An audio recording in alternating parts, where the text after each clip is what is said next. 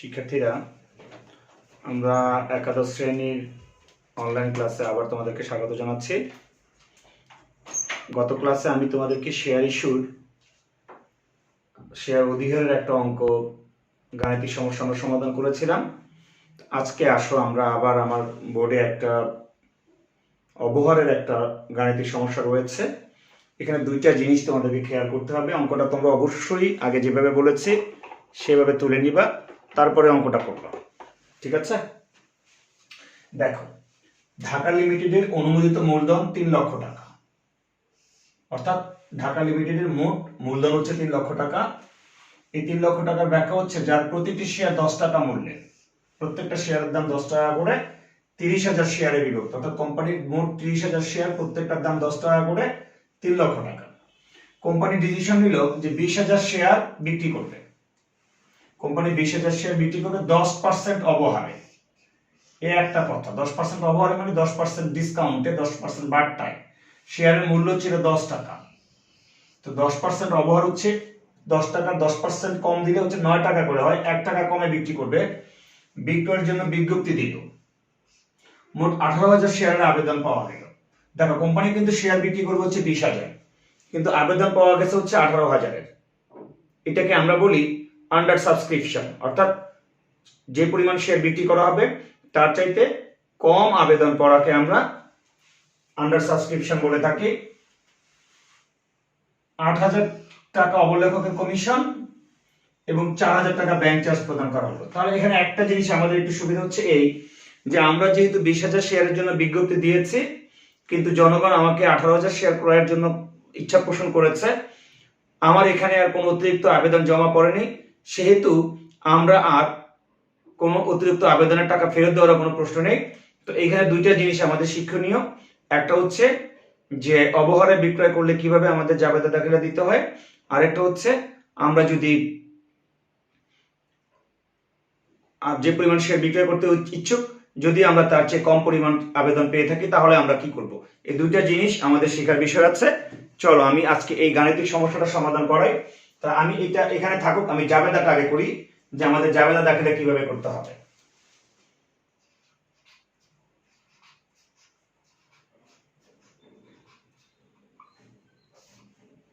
জাবেদা দাখিলা, প্রথমে আমি জাবেদার ঘর করলাম না, আমরা প্রথমে 18,000 শেয়ার আবেদন পাবো। আমাদের জাবেদা হচ্ছে ব্যাংক হিসাব ডেবিট। আমি আগেই বলেছি শেয়ারের কোনো লেনদেন কখনো নগদে হয় না। ব্যাংক হিসাব ডেবিট, শেয়ার আবেদন হিসাব ক্রেডিট।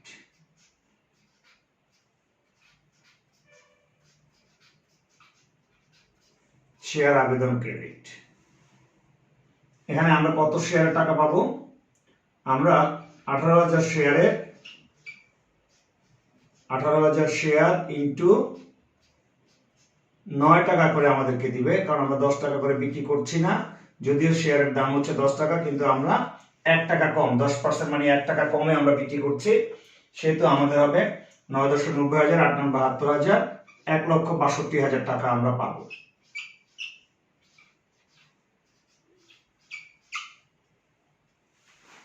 আমরা আবেদনের টাকা পেলাম। এবার আমাদের কাজ হচ্ছে আবেদনের টাকাটা মূলধনকে দেওয়া। কিন্তু আমি একটা কথা তোমাদেরকে আগেই বলেছি, মূলধন হচ্ছে এমন একটা জিনিস যিনি কখনো কমও নিবেন না, কখনো বেশিও নিবেন না। তো আমি যদিও 9 টাকা করে বিক্রি করছি, তবুও মূলধন বলবে আমাকে আমার 10 টাকা করে দিতে হবে, আমরা মূলধনকে 10 টাকা করে দিতে হবে। সেই ক্ষেত্রে আমাদের জাবেদাটা হবে শেয়ার আবেদন হিসাব ডেবিট,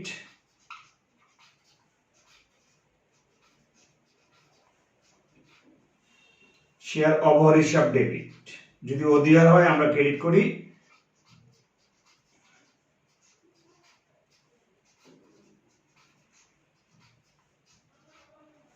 শেয়ার মূলধন হিসাব ক্রেডিট। দেখো, আমি যদিও 9 টাকা করে পেয়েছি, অবহার নামে আমি 1 টাকা করে দেখায় আমরা মূলধনকে পুরো 10 টাকা করে দিচ্ছি। আবেদন হচ্ছে আমার 1,62,000 টাকা, 18,000 শেয়ার 1 টাকা করে আমি 18,000 টাকা ছেড়ে দিয়েছি। আমি মূলধনকে হিসাব মিলিয়ে দিলাম 1,80,000 টাকার, ঠিক আছে? আমি হিসাব দিলাম। দেখো, অর্থাৎ অধিহার যদি হয় তাহলে আমরা ক্রেডিট করি, আর অবহার হলে আমরা ডেবিট করব। এবার আমার কাজ হচ্ছে, আমার শেয়ার বিক্রি করা হয়ে গেছে, এখন আমি শুধু অবলেখককে কমিশন দিব আর ব্যাংককে চার্জ দিব। তাহলে আমরা একত্রে জাবেদা দিতে পারি, আবার দুইটাও করা যায়। অবলেখকের কমিশন ডেবিট 8,000 টাকা, ব্যাংক চার্জকে শেয়ার ইস্যুর ক্ষেত্রে আমরা বলি প্রাথমিক খরচ ডেবিট, এই জায়গাটা যেন মিস্টেক না হয়, 4,000 টাকা। এই আমি মোট 12,000 টাকা দুইটা পক্ষকে আমি দিয়ে দিব, এই জন্য আমি একত্রে জাবেদা দিলাম। আমরা চাইলে যদি আমরা চাই আমরা ইন্ডিভিজুয়াল জাবেদা আমরা চাইলে দিতে পারতাম, ইচ্ছা করলে আমরা দিতে পারতাম। এই আমাদের জাবেদা তিনটা। দেখো, আমরা আবেদন গ্রহণ করলাম, 1,80,000 টাকা শেয়ার দিলাম, 18,000 শেয়ার 10 টাকা করে, যা আবেদন করেছে তাই।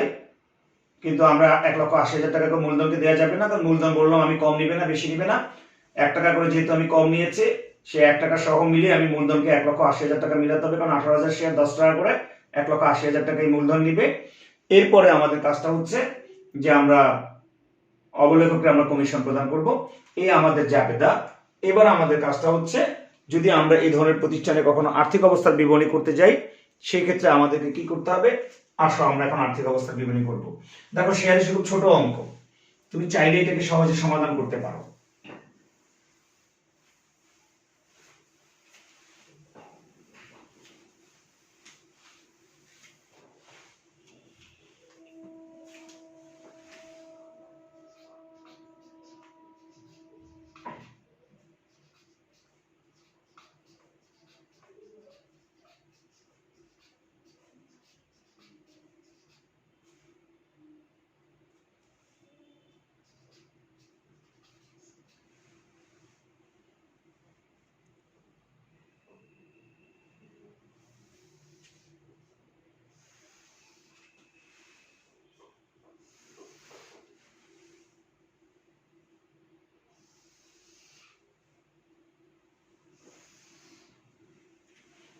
একটু চড়া করি, কারণ আমাদের আসলে এখানে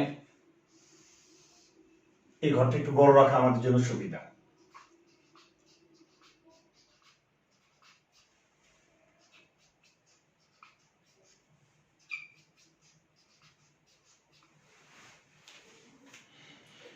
সবার আগে আমাদের সম্পদে কোনো স্থায়ী সম্পদ নেই, যদিও কোম্পানি আইন অনুযায়ী সবার আগে লিখতে হয় স্থায়ী সম্পদ।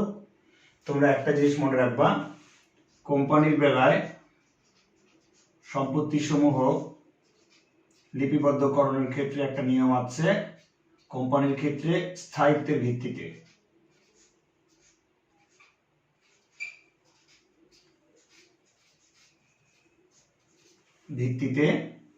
আর এক মালিকানা প্রতিষ্ঠানের ক্ষেত্রে তারলের ভিত্তিতে।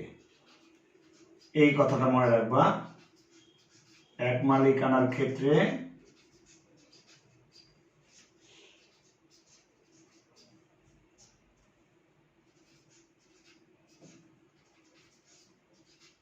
তারল্যের ভিত্তিতে।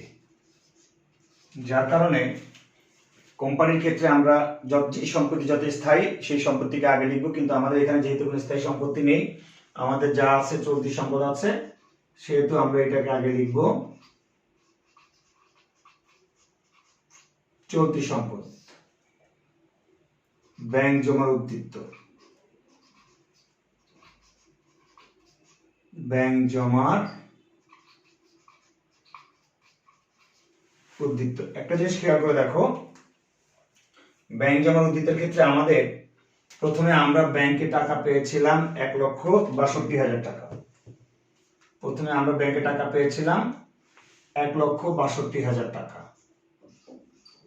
সেখান থেকে আমরা 12,000 টাকা দিয়েছি অবলেখক আর ব্যাংক, তাহলে আমাদের ব্যাংকে আর টাকা জমা থাকে 1,50,000 টাকা। ঠিক আছে? আর একটা ওই যে শেয়ার অবহার যেটা, এটাকে বলি আমরা অসমন্বিত খরচ। আর এক মালিকানা কারবারের বেলায় যদি এটা থাকে না, তারপর আমরা এই ধরনের ভুয়া সম্পদগুলোকে বলি অন্যান্য সম্পদ। এখানে আমাদের শেয়ার অবহার 18,000 শেয়ারের জন্য 18,000 টাকা জাবেদায় আছে। অবলেখকের কমিশন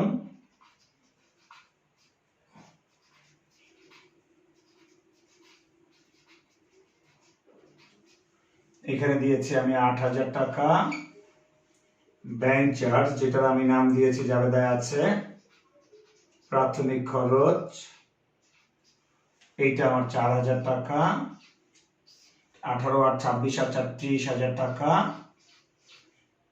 আমার মোট হলো 1,80,000 টাকা মোট সম্পদ।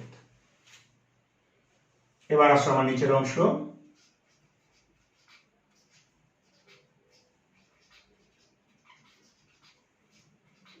শেয়ার মূলধন, এখানে শ্রেণী বিভাগটা আমরা মুখস্থ রাখতে হবে। আমাদের প্রথমে আছে অনুমোদিত মূলধন।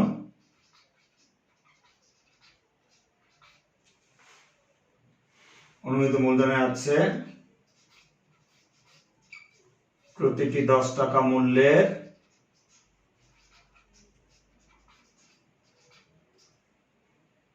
30,000 শেয়ার।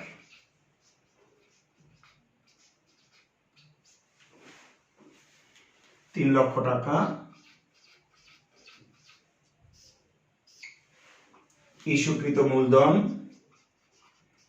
এখানে আমরা ইস্যু এবং বিলি একত্র করতে পারবো না, কারণ আমি যত শেয়ার ইস্যু করতে চেয়েছি তত শেয়ার আমি বিলি করতে পারিনি। প্রতিটি 10 টাকা মূল্যের 20,000 শেয়ার বিক্রি করার জন্য আমি বিজ্ঞপ্তি দিয়েছি। ৳2,00,000 টাকা।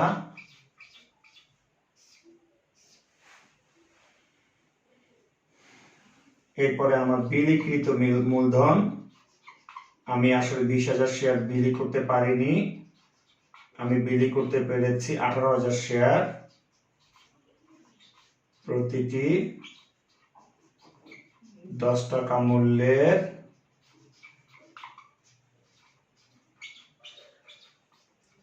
18,000 শেয়ার,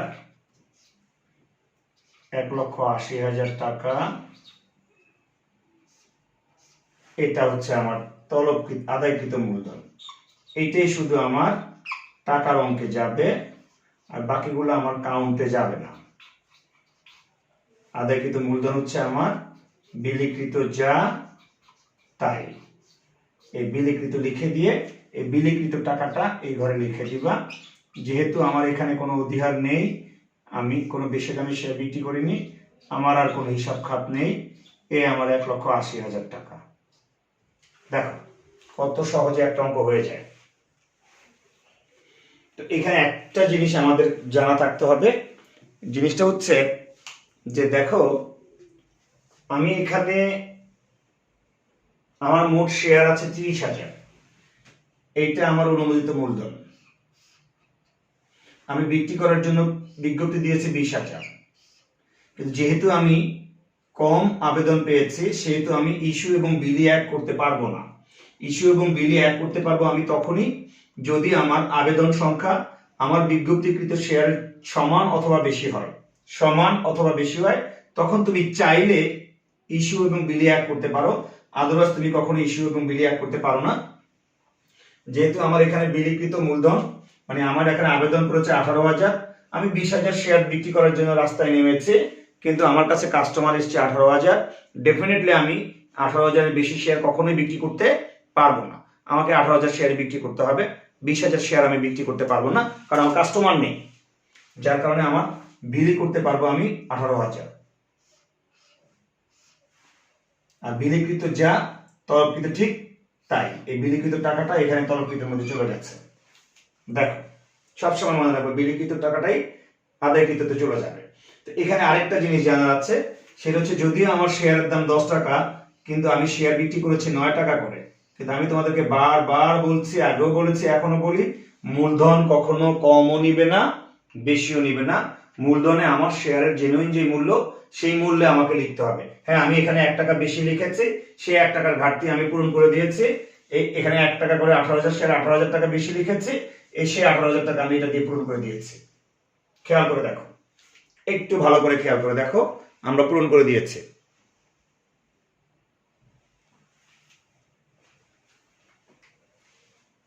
খেয়াল করছো? এই হলো আমাদের অঙ্কটা। তাহলে আমাদের একটা জিনিস, কিছু কিছু জিনিস আজকে আমাদের শেখার বিষয় আছে, আমি একটু বলে নেই, কারণ আসলে অঙ্কগুলোর মধ্যে খুব বেশি কিছু বলার নেই।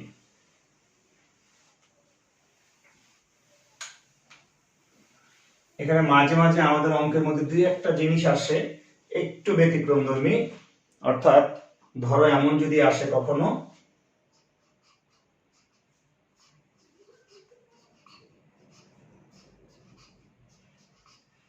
শেয়ারের বিনিময়ে কোনো সম্পদ ক্রয় করা হলে, আমরা যদি শেয়ারের বিনিময়ে কোনো সম্পদ ক্রয় করি, সেক্ষেত্রে আমাদের একটু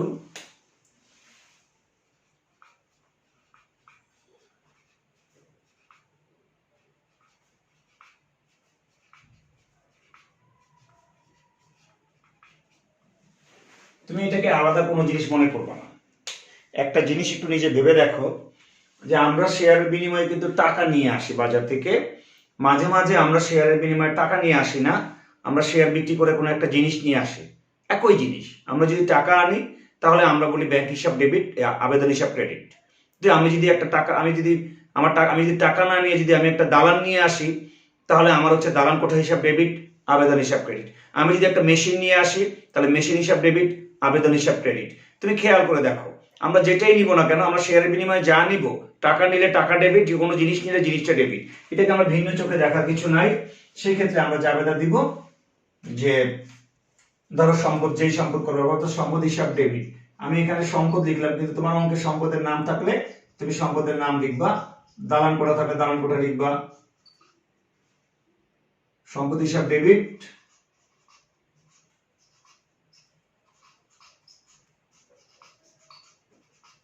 শেয়ার আবেদন ক্রেডিট। দেখো,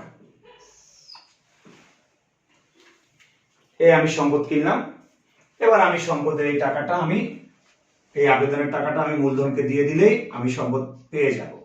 শেয়ার আবেদন হিসাব ডেবিট,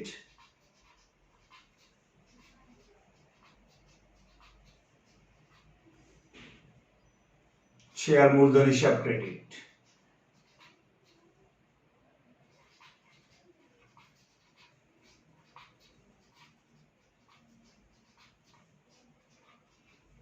এখানেও আমাকে একটা বিষয় খেয়াল রাখতে হবে, যে কখনো কখনো দেখা যাবে যে আমি কম দিচ্ছি বেশি নিচ্ছি, অর্থাৎ আমি কম টাকার শেয়ার দিয়ে বেশি টাকার সম্পদ নিচ্ছি।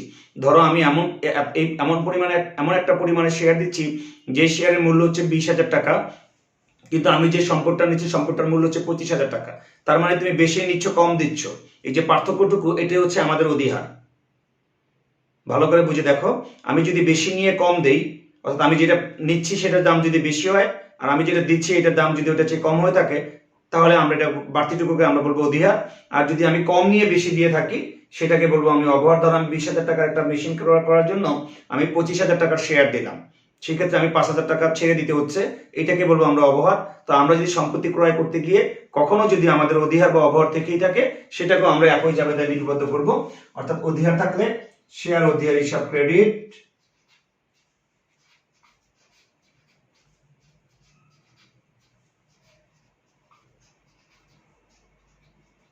আর অবহার থাকলে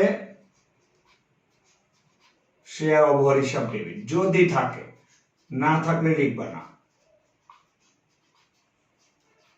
এই হলো আমাদের কাজ। এরপরে যদি আমি আবার মেশিন ক্রয় বা কোনো সম্পত্তি ক্রয় ছাড়াও যদি আমি আবার জনগণের মাঝেও শেয়ার বিক্রি করি, তাহলে জনগণের কাছে শেয়ার বিক্রি করার যে আবার একই প্রসিডিউর একটু আগে আমি করেছে, একই প্রসিডিউরে তুমি আবার অঙ্কটা শেষ করে ফেলবা।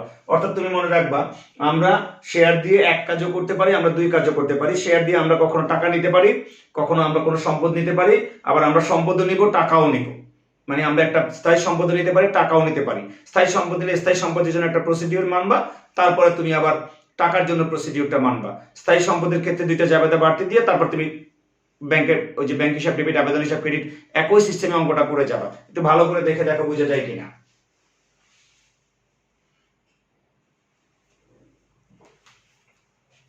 তাহলে আমরা কি করব, এই সম্পদের দামটা, আমরা এই সম্পদের মূল্যটাকে আবার আমাদের কোথায় যাবে, এই সম্পদের মূল্যটা আবার আমাদের স্থায়ী সম্পদ নামে গিয়ে বসবে আর্থিক বিবরণী, আর্থিক অবস্থার বিবরণীতে স্থায়ী সম্পদ নামে গিয়ে বসবে। ঠিক আছে? আর এই অবহারটা আমাদের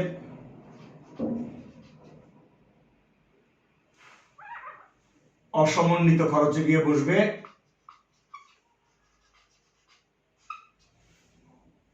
এই মূলধনটা আমাদের আদায়কৃত মূলধনে বসবে।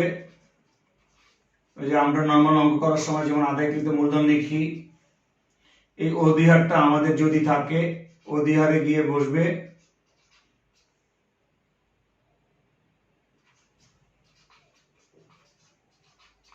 ঠিক আছে? আদায়কৃত মূলধন হবে তখন দুইটা, এই মেশিনের জন্য একটা মূলধন আর জনগণের কাছে শেয়ার বিক্রি করলে যদি একটা মূলধন হয়ে থাকে, তাহলে এই দুইটা হবে আমার আদায়কৃত মূলধন।